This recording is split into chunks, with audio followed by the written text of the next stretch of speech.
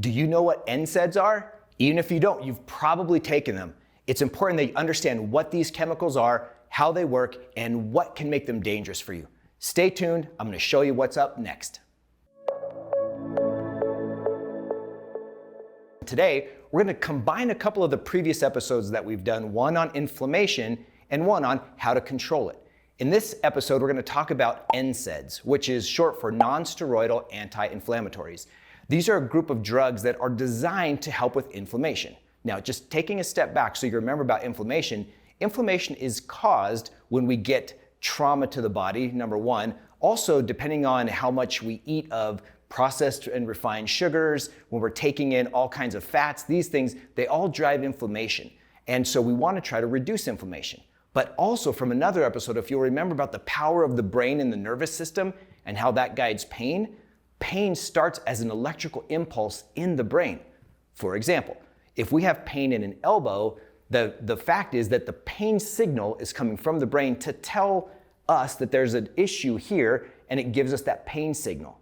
But if we've injured our elbow, if there's a lot of degeneration or arthritis in the elbow, what we'll find is that the body starts producing these chemicals that now cause swelling, which is, again, inflammation. So in order to curb the swelling, we've talked about things like ice, we've talked about things like natural anti-inflammatories, different vitamins.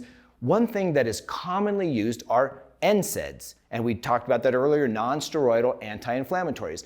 And these are designed to shut down enzymes that are creating this inflammation in the body, this swelling. Now, here's the deal. When you look at the NSAIDs, there's a few different kinds, and we can get them in all forms. One of the biggest one that we see is simple aspirin. There's a lot of good to that because we're quelling or shutting down that inflammation.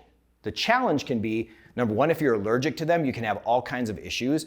Number two, if you take certain kinds, it can actually cause potential cardiac issues. We can shut down some of the blood supply to the kidneys when it's taken over a long term, so that the kidneys, when they don't get blood supply, start to malfunction. Those are all very, very bad things. So the key with NSAIDs is to make sure that you know what you're taking by taking a visit with your doctor very seriously. Ask them what's going on in your body, tell them what's going on, and make sure you give them a complete and thorough history. Because if you're allergic to certain things, that would say, hey, we don't want to use NSAIDs with you. Also, you need to monitor how long you take any of these things. If you take them long term, you're going to have much higher likelihood of getting a negative response than if you just take them for a short term. So while they have been incredibly helpful in maintaining our ability to get back to normal, our ability to heal, they also have come with a price because people just start taking them again and again and again and again, and it can cause all kinds of negative effects. So as you're going through your healing process, if you've been injured, you have this chronic inflammation, please, number one, make sure you talk to your doctor and find out what your options are. Make sure you're letting your doctor know how long you've been taking them. So if you need to switch to a different kind of medication or even something that is non-medicinal, so more natural, that you can do that as well. So that's the big message on NSAIDs. Now, just as something to supplement in case you're like, okay, well, what else can I do? We did do another video on inflammation, but so you know, ice is a great anti-inflammatory, that's one. Another one that you can use is basically things like bromelain, papain, trypsin, chymotrypsin. These are all elements or molecules that we find in nature that do a great job in inhibiting swelling and inflammation.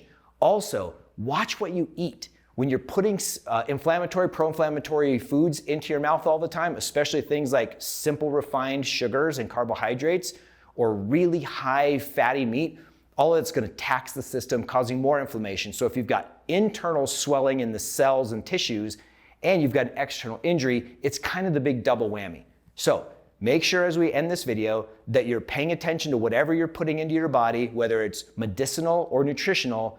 Couple that with good food, good nutrition, drink lots of water, and that will help you in making sure that you're monitoring your inflammation correctly from the healthiest way possible. Now, of course, if you have any questions on this or you want to go deeper, you can reach out to me directly at jim@ramoslaw.com. Until next time, remember, your health matters.